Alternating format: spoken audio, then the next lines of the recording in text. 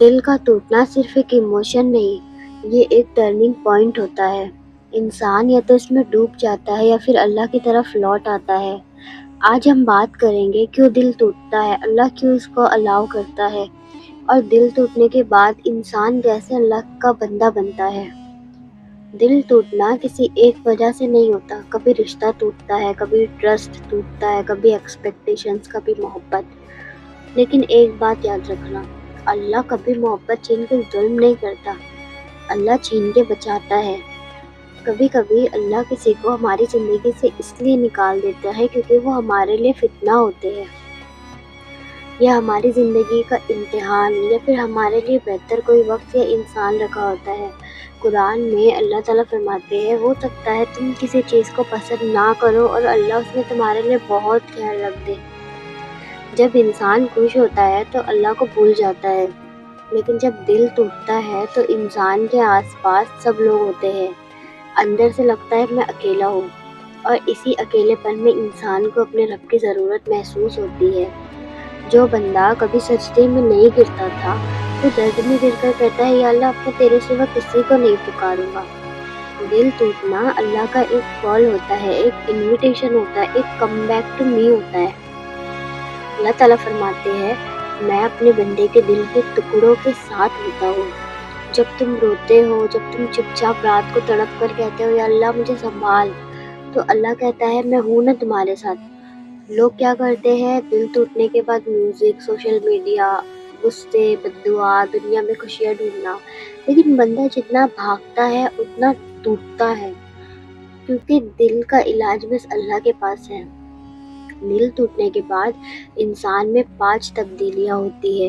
Ego ٹوٹ جاتا ہے، غرور ختم ہو جاتا ہے، انسان کو دنیا کی حقیقت سمجھ آتی ہے، دعا کا مزہ آتا ہے، اللہ پر توکل بڑھتا ہے، اللہ بندے کو توڑ کے نیا بناتا ہے، اللہ دل کو توڑ کر اس میں صرف اپنا نور بھر دیتا ہے۔ اکثر لوگ کہتے ہیں اللہ نے میرا دل کیوں توڑا، میں کیا گناہ کیا؟ سنو، اگر کسی کو دنیا مل رہی ہو اور دین نصیب نہ ہو رہا ہو یہ پنشمنٹ ہے، لیکن اگر کسی کا دل ٹوٹ رہا ہو اور اس کا رب کے ساتھ کنیکشن بڑھ رہا ہو یہ اللہ کی رحمت ہے۔ اللہ کبھی اپنے بندے کو ظلم سے نہیں توڑتا، اللہ توڑتا ہے صرف ان کو جن کے اندر کچھ بچا ہوتا ہے۔ جب درد ہوتا ہے نا تو نماز مشکل لگتی ہے، قرآن مشکل لگتا ہے، دعا مشکل لگتی ہے، لیکن یاد رکھو بروکن ہارٹ دعاؤں کا بوسٹر ہوتا ہے۔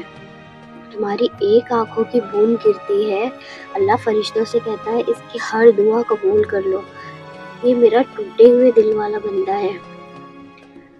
دل ٹوٹنے کے بعد پلٹنے کا طریقہ کیا ہے پتہ آپ کو؟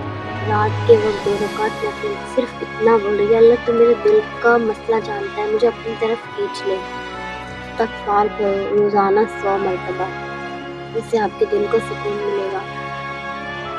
سورہ فجر اینڈ سورہ دوحہ، ان دونوں میں بروکن لوگوں کے لیے اسپیشل میسیجز ہیں۔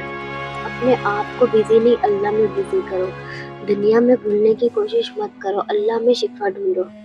امیجن کرو اندھیرا کمرہ، راستہ گم، زندگی رک گئی، دل ٹوٹ گیا، اور ایک سجدے میں بندے کا دل پھٹ پھٹ کر روتا ہوا، یہ اللہ مجھے واپس اپنی راہ پر لے آ۔ اس وقت اللہ کہتا ہے میں تمہارے ساتھ ہوں میرے بندے۔ دل ٹوٹنا اینڈ نہیں ہوتا، دل ٹوٹنا اللہ کی رحمت کا شروعات ہوتا ہے۔